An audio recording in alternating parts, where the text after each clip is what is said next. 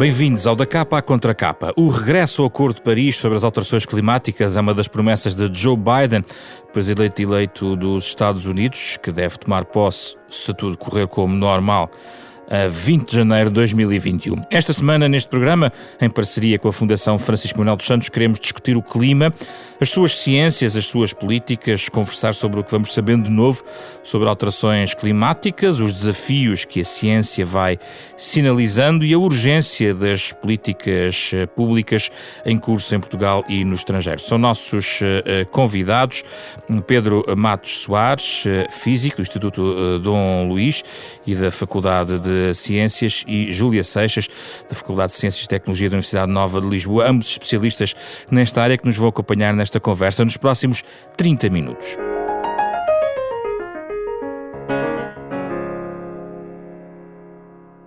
Obrigado, Júlio, obrigado, Pedro, pela vossa disponibilidade nesta conversa virtual.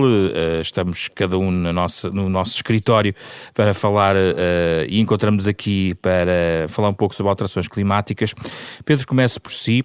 E é inevitável começar pela pandemia. Muitas pessoas têm questionado, e é a altura certa para com um cientista colocar esta questão, têm questionado se a pandemia fez bem ou não ao processo de combate às alterações climáticas. Vimos, de facto, sinais nos primeiros tempos de confinamento, por exemplo, em Portugal, de uma melhoria de qualidade do ar, mas ao cabo destes meses todos, com observação, e não só em Portugal, eventualmente, o que é que podemos dizer sobre o impacto da pandemia nesta matéria? Olá, bom dia, José Pedro, olá aos ouvintes da Rádio Renascença, olá, Júlia, olá a todos os ouvintes. É difícil fazer um balanço para já do impacto da pandemia nas alterações climáticas, porém eu penso que, uma vez que ainda estamos neste contexto tão complicado para a sociedade, não devemos retirar, digamos assim, um impacto positivo, superficial de alguns aspectos da pandemia em termos ambientais. O que me parece é que temos algumas lições, temos algumas ilações a tirar da pandemia do ponto de vista da articulação da nossa sociedade, que acabou por focar do ponto de vista da qualidade do ar, da qualidade do ruído nas nossas cidades. Obviamente, como houve menos atividade económica, tivemos menos emissões de gases de estufa, mas não tivemos menores concentrações de gases de estufa na atmosfera, e aí temos que ter cuidado, porque as emissões, as concentrações na atmosfera continuaram a subir, mas a um passo mais lento, digamos assim, do que era o chamado business as usual, do que temos tido nos últimos anos. Desse ponto de vista, eu acho que devemos olhar com cuidado para os efeitos, eu não diria efeitos, mas ilações positivas e negativas. Antes disso, continuaram a subir porquê, Pedro? Então, porque toda a sociedade continua a funcionar. Claro que é num registro menos intenso do ponto de vista do que são as fontes emissoras de gases de estufa, não é? Nomeadamente a indústria e a mobilidade, porque as pessoas moveram-se menos, mas nós tivemos ainda assim uma grande percentagem do setor produtivo e energético, que é o nosso principal contribuinte para as emissões de CO2, de dióxido de carbono, e nós tivemos a consumir energia, não é? E desse ponto de vista, nós continuamos a emitir. Se nós continuamos a emitir, temos uma concentração que é crescente de gases de estufa na atmosfera.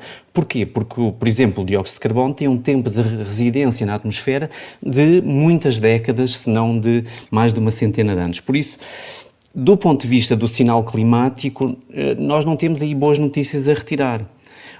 Até lhe digo, por exemplo, que em relação ao ano de presente, 2020, nós estamos, infelizmente, a caminhar para o ano mais quente de sempre. Ou seja, o último recorde que foi estabelecido foi em 2016, em que tivemos o recorde da temperatura média global, e ainda não chegámos ao fim do ano, mas para já as séries de 2020 apontam-nos que este poderá bater o recorde da temperatura média global de 2016.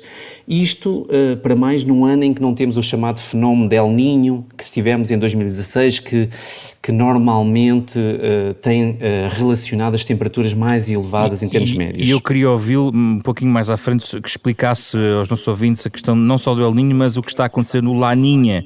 Exatamente. Já vamos à frente. Júlia, como é que é possível explicar às pessoas que nós parámos, as sociedades confinaram e, no entanto, apesar de tudo, as emissões e o ano vai ser extremamente quente, vai terminar certamente assim?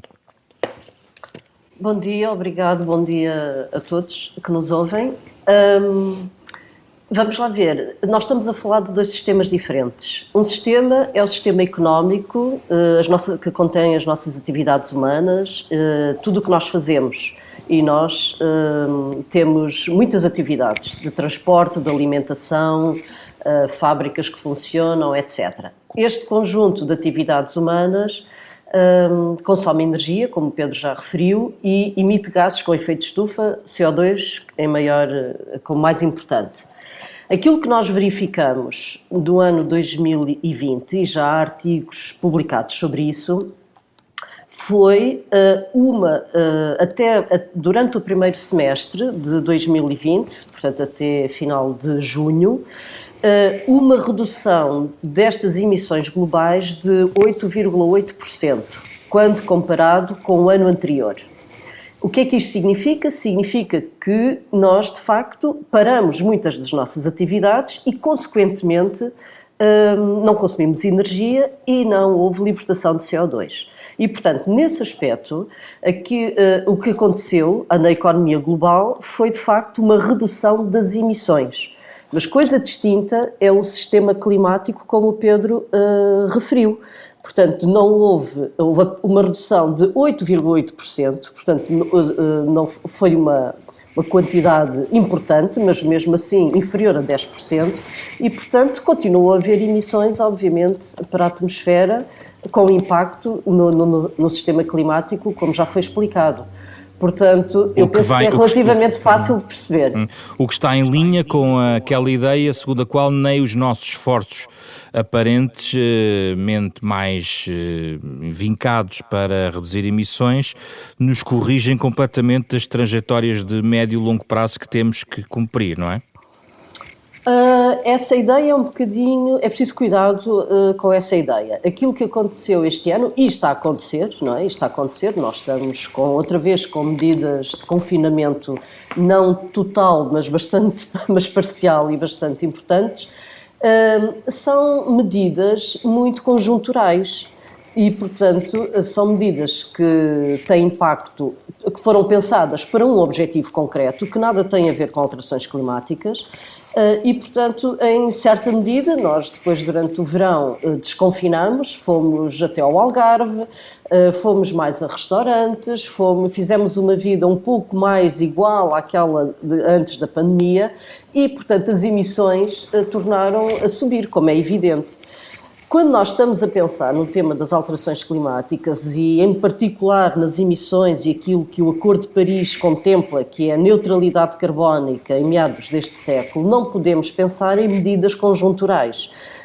Aquilo que foi feito teve um impacto, com certeza, na redução das emissões, mas não deve serviu-nos como exemplo. E aos cidadãos foi muito importante porque eu pessoalmente, houve uma tarde na minha casa no meio de Lisboa em que eu ouvi 10 pássaros diferentes, coisa que nunca tinha ouvido em Lisboa, e já vivo aqui há décadas. Não foi a única.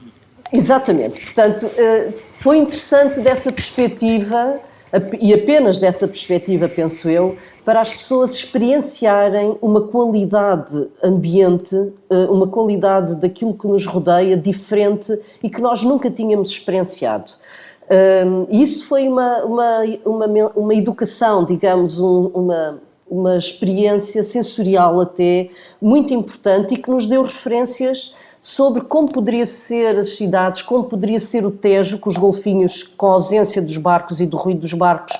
Houve golfinhos que subiram o Tejo e, portanto, tivemos ao vivo aquilo que poderia ser uma cidade e um Tejo livre de poluição, digamos assim, daquilo que é o impacto visível das atividades humanas. Mas não é de todo o exemplo daquilo que devem ser as políticas e o desenvolvimento de uma economia para a neutralidade carbónica. Não deve ser por aí. Já vamos a mais neutralidade carbónica. Pedro, vamos então recuperar o que se passa em relação ao El Niño e Laninha. Quer explicar-nos o que é que isto implica para percebermos também as oscilações e o que é que está a acontecer neste momento em 2020 e a perspectiva para 2021?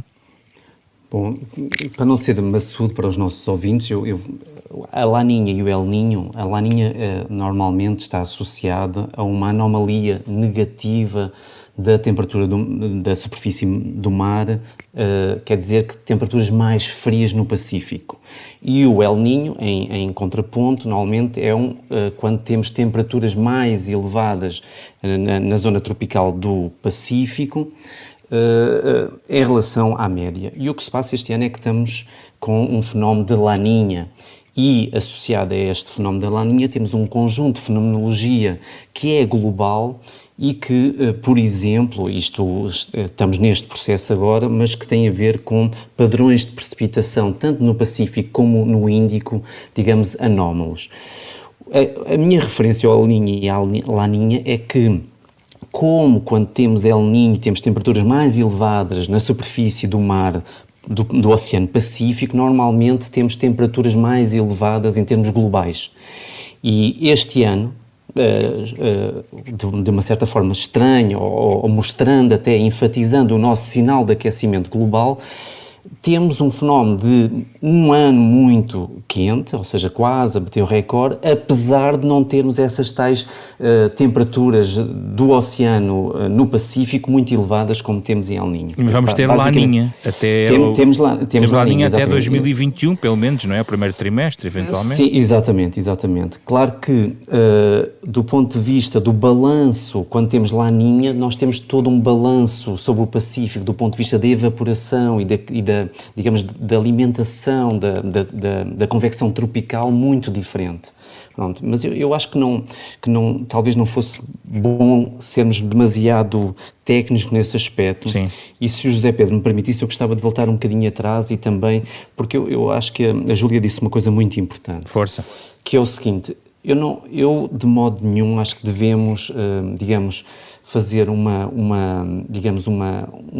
pisar de que a pandemia trouxe-nos coisas positivas. Eu acho que a pandemia trouxe-nos coisas muito negativas. Uhum. E também, claro que do ponto de vista do que foi a pressão sobre os ecossistemas, sobre as cidades, sobre a qualidade do ar, sobre a qualidade acústica das cidades, ora, obviamente que o impacto foi de uma cidade muito mais aprazível, não é? Não se pode dizer o contrário, não é? Mas nós não podemos viver, não é? Por isso, temos que ter isso em conta. Claro que, como a Júlia enfatizou muito bem, e eu gostava muito de termos esta consciência, porque eu acho que isso é educação ambiental, o que nós vimos é que podíamos ter cidades diferentes. Nós devíamos ter uma concepção de mobilidade e de poluição e de geração de ruído nas nossas cidades e de pressão sobre o que são o nosso ecossistema urbano muito diferente, porque se nós tivéssemos uma mobilidade muito diferente, e nós teríamos uma qualidade nas cidades, uma qualidade do ambiente das cidades muito melhor e que era, de certa medida, parecido com o que tivemos durante o confinamento da primavera e que agora também provavelmente vamos viver. Do ponto de vista negativo, há pouco, ainda pegando a sua primeira pergunta, repare, há muitas consequências negativas da pandemia, não é? Porque imagine a quantidade de financiamento público e privado que vai ser canalizado para resolver este problema económico dramático das nossas sociedades, não é? De repente, nós vamos ter uma capacidade de financiar a economia e de tentar ajudar a economia, as pessoas que estão a sofrer com a pandemia, que poderia ser parcialmente utilizado para fazer face às alterações climáticas. Eu gostava de...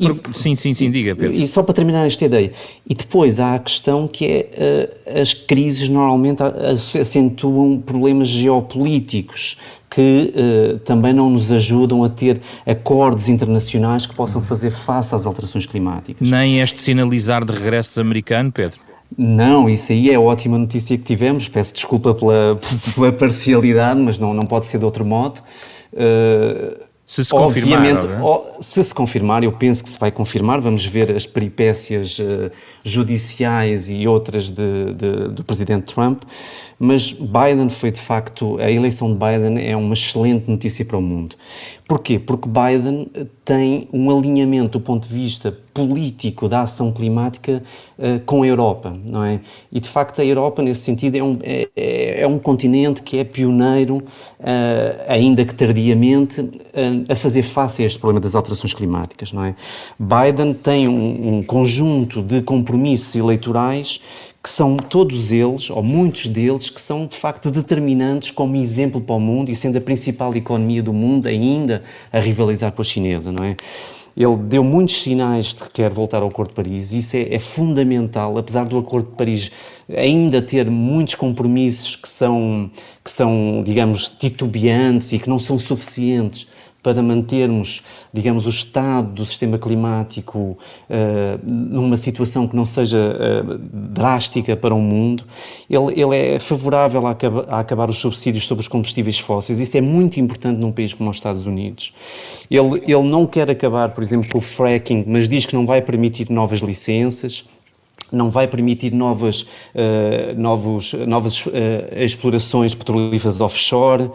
Ele quer acabar com o carvão, prometeu investir uma quantidade de dinheiro muitíssimo importante na ação climática e, muito importante, quer, de facto, fazer uma transição para as energias renováveis, que é também determinante. Deixa-me ouvir agora a Júlia. E no meio disto tudo, Júlia, a China anunciou neutralidade carbónica para 2060. É verdade. E nós não tomámos muita nota disso. Pois, mas sim, há muitos países neste momento já com objetivos contemplados ou como peças de política, que é o caso de português. Portanto, já vamos a Portugal. Exato. Ou então mesmo sob a força de lei. E há vários países que já anunciaram e submeteram até nas Nações Unidas esta estratégia de longo prazo. E sim, a China tem isso, submeteu isso, dizendo que quer atingir a neutralidade carbónica em 2060. Dos países que anunciaram é aquele que tem o tempo mais longo. Normalmente há países que anunciaram isto até 2035, é o caso da Finlândia, por exemplo. Penso que o Uruguai até afirmou que quer até 2030, mas a esmagadora maioria dos países anda em torno dos atingir a neutralidade carbónica nos próximos 30 anos, 2050. A China, de facto, vai até 2060.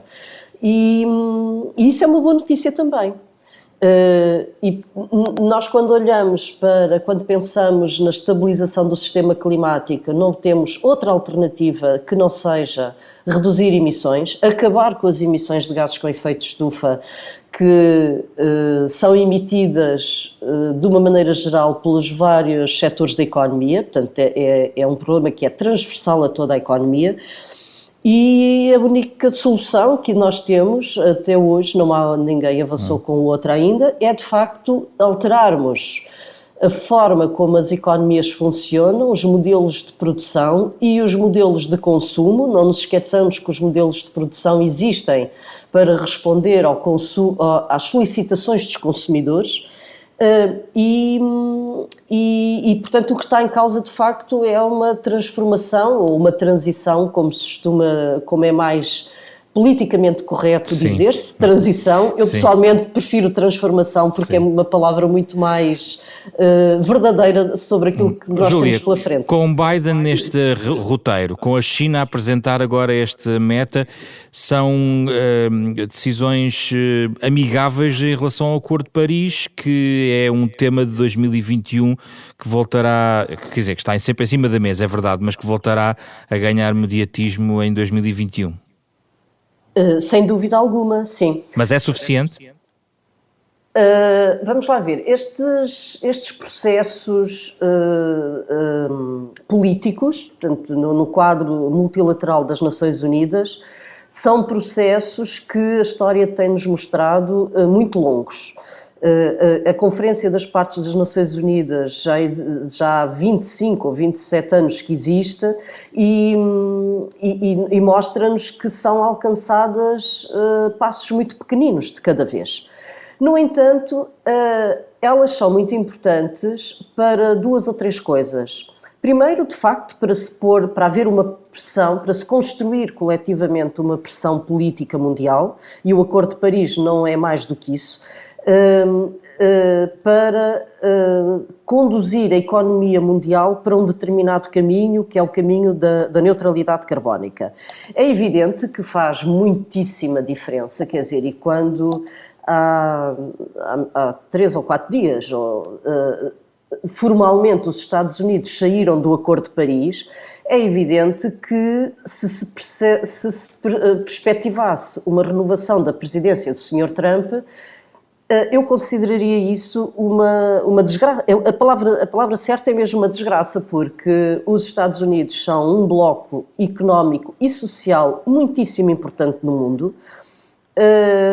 São para muitos países e muitos cidadãos uma espécie de guia, de guidance para muita política e portanto isso seria de facto muito mau, teria consequências muito negativas.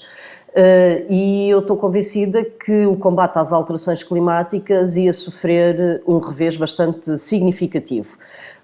Agora, com a vitória do Biden, e eu também estou um pouco como o Pedro, quer dizer, um europeu, de facto, vê estas peripécias, isto que se passa nos Estados Unidos como peripécias, mas isto é um termo muito simpático, peripécias. De facto, é mesmo um grande embarrassment, como disse o Sr. Biden ainda anteontem. Mas, quer dizer, do ponto de vista daquilo que é o quadro mundial e multilateral de combate às alterações climáticas, porque não há outro para se combater as alterações climáticas, é de facto muitíssimo importante e muito positivo, pelas razões todas que o Pedro já enunciou.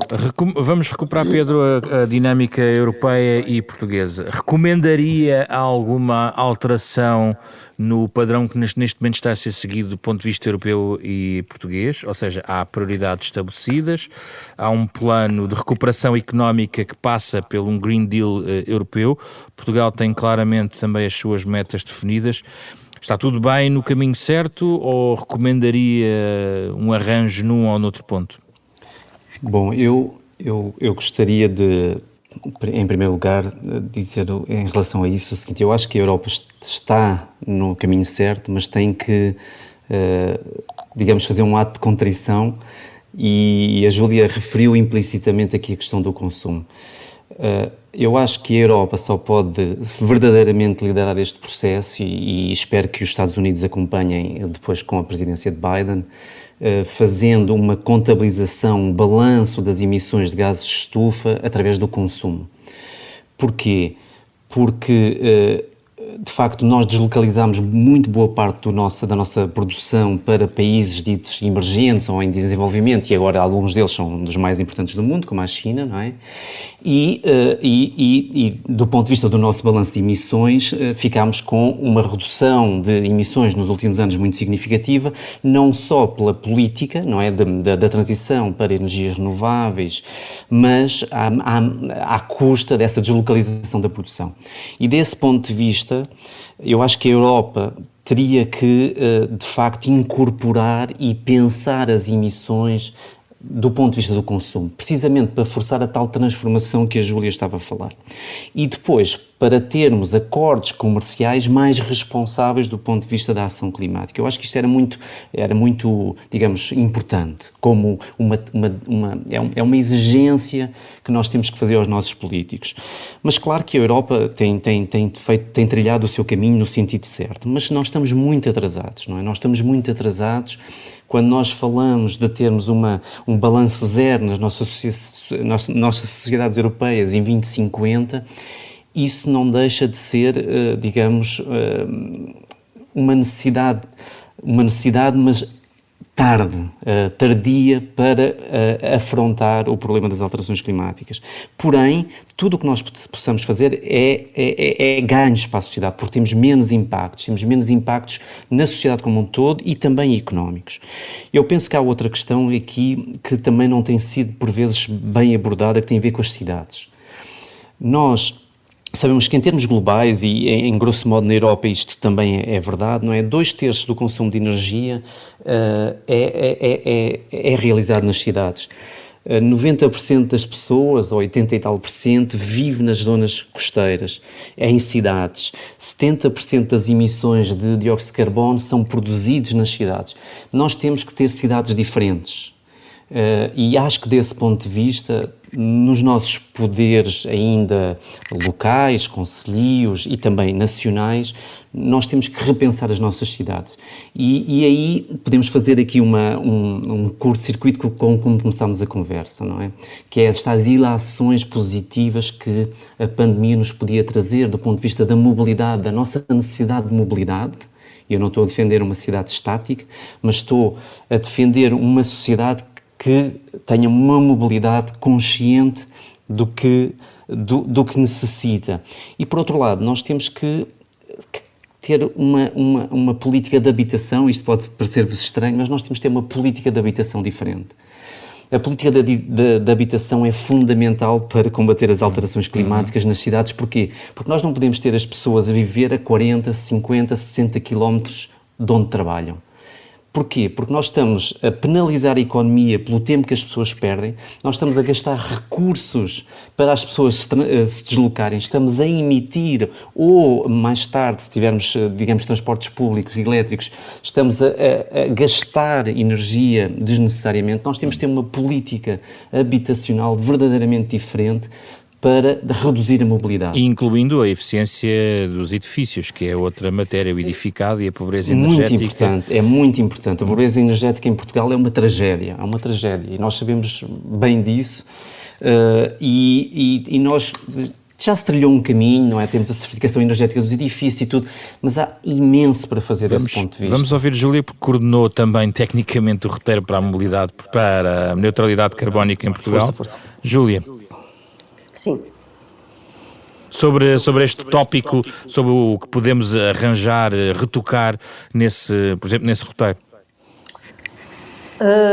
Bom, pela intervenção que o Pedro fez, nós de repente, como vê, estamos a falar de edifícios, estamos a falar de políticas de habitação, estamos a falar de mobilidade, e podemos continuar. Se quiser, falamos na alimentação, que é também uma das fontes importantes de gases com efeito de estufa. Podemos falar da indústria têxtil e de em termos globais, é considerado também uma das mais emissoras. E, portanto, o que nós temos, o que fica muito visível é aquilo que está em cima da mesa e que é preciso começar a falar nestas palavras, é uma transformação sistémica da economia. Nós não resolvemos o problema da neutralidade carbónica fechando apenas as centrais a carvão, foram fechadas, vão ser fechadas, ainda não foram determinado o seu fecho, e foram determinado o seu fecho por via de políticas públicas, por causa em particular pelo sobrecusto do carbono, e depois eu posso explicar um bocadinho melhor isso, se entender, mas temos que ir a todo o resto da economia. E, portanto, vamos lá ver. Sim, o roteiro foi feito já há 2 anos, quando ele se iniciou, e foi feito segundo uma metodologia, digamos, na altura decidida, conjuntamente com o Ministério do Ambiente, e que é a metodologia mais tradicional e mais convencional para se entender como é que podemos fazer prospectivamente as emissões, como é que podemos prospectivamente equacionar a evolução de um sistema económico. Mantém-se válida? Mantém-se válido, mas é insuficiente. O roteiro é insuficiente? O roteiro, da forma como está, deu as respostas que era necessário dar na altura, mas não o roteiro, se bem, quer dizer, é preciso perceber o que é que o roteiro contém e quais são as mensagens que ele traz. O roteiro é um estudo técnico de base que depois foi transformado numa visão de política, e foi adotado, não foi transformado, foi adotado numa visão de política, e que aquilo que o roteiro tem e preparou e apresentou foi um conjunto de análises bastante abrangente e com o envolvimento de muitos agentes da economia, que mostrou que era possível e como é que seria possível, de uma perspectiva técnica e tecnológica, atingir a neutralidade carbónica em 2050. Mas há muitas coisas que é preciso considerar e que não estão no roteiro para a neutralidade carbónica. E, portanto, é preciso ter essa consciência. Dê-me um exemplo, Júlia, ajude-nos com um exemplo. Um exemplo muito concreto e que neste momento começa a ser tratado de forma muito cuidada em vários países, nomeadamente na União Europeia, tem a ver com o seguinte facto: nós, se não tivermos cuidado e não ajustarmos de forma correta as políticas públicas, a neutralidade carbónica pode aumentar as desigualdades sociais. Porque a neutralidade carbónica tem em si uma transformação tecnológica. E aquilo que está em causa, normalmente, quando estamos no domínio das políticas públicas, é pensar como é que se deve acelerar esta transformação tecnológica. E estou-me a referir apenas à transformação tecnológica. Podemos também falar nos modelos de consumo, que é outro domínio. Uhum.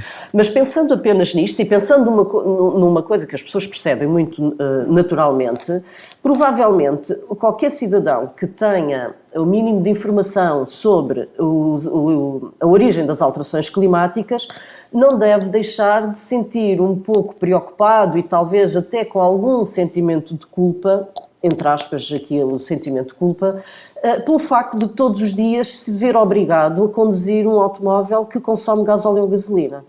E provavelmente ele muito gostaria de ter acesso a um veículo elétrico, ou se não tivesse outro esquema mais inteligente como transportes... Mas o incremento da mobilidade elétrica está no roteiro. Pois claro que está, mas quem é que tem acesso à mobilidade elétrica atualmente?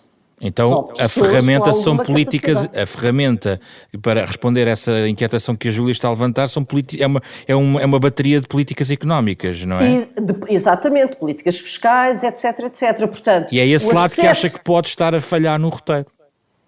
É esse lado do acesso às tecnologias que nos proporcionam uma aceleração à neutralidade carbónica, que apenas a classe média e média alta tem acesso de forma imediata. Mas não é inevitável a disseminação por natureza do processo? Claro que sim, mas é isso que eu estou a dizer, quer dizer, mas só apenas algumas camadas da sociedade têm acesso a este tipo de tecnologias, está a perceber? Sim, e, portanto, mas o que se desenha, por exemplo, na recuperação económica, com a dimensão do ponto de vista estritamente económico e certo, com a discriminação do ambiente já definida em termos europeus e portugueses, não lhe parece que vai favorecer essa disseminação e responder naturalmente a esse desafio?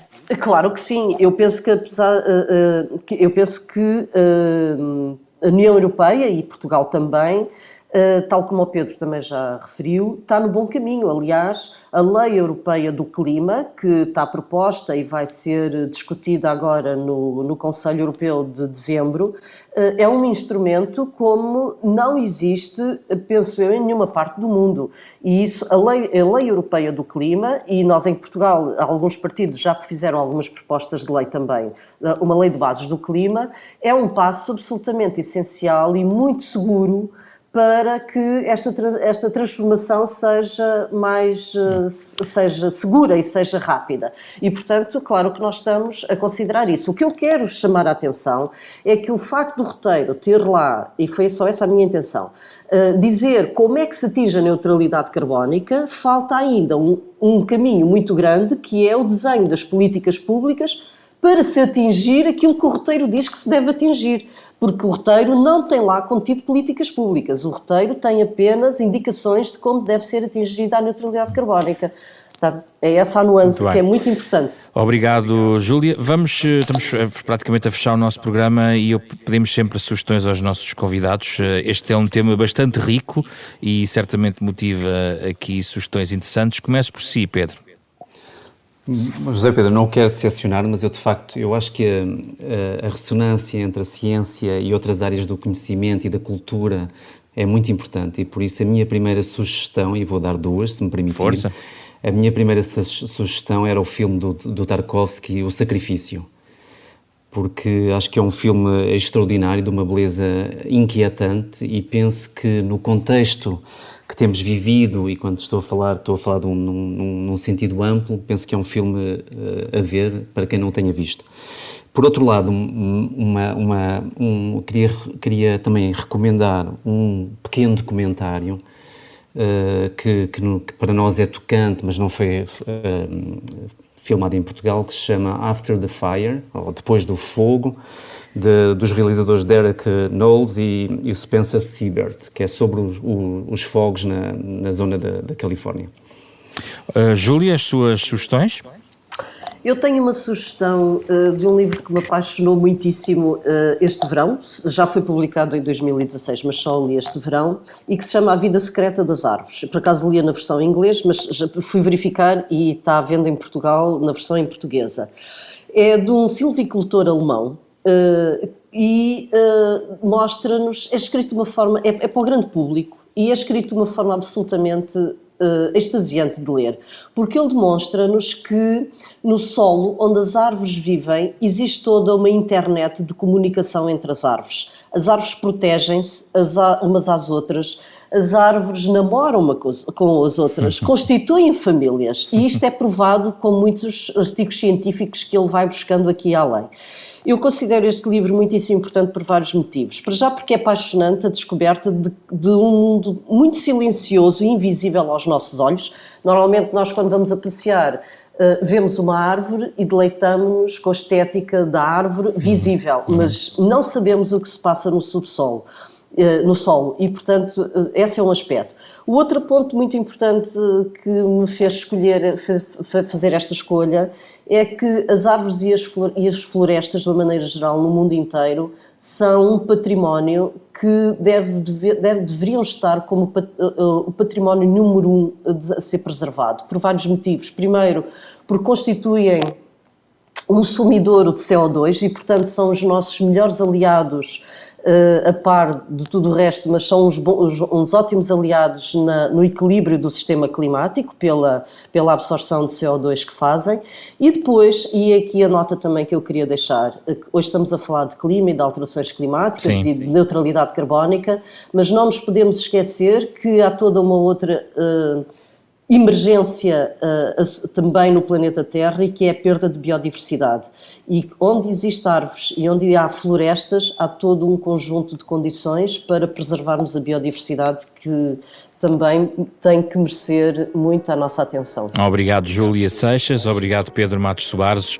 Os nossos convidados esta semana falámos sobre clima, sobre a ciência, sobre alterações climáticas neste Da Capa à Contra Capa, a parceria da Renascença com a Fundação Francisco Manuel dos Santos. E a propósito, no mês da Educação e Ciência da Fundação Francisco Manuel dos Santos e no site da Fundação, em ffms.pt, podem encontrar a conferência Porquê Confiar na Ciência do Clima, registada no início de novembro com a historiadora de ciência Naomi Oreskes, colunista também da revista Scientific America.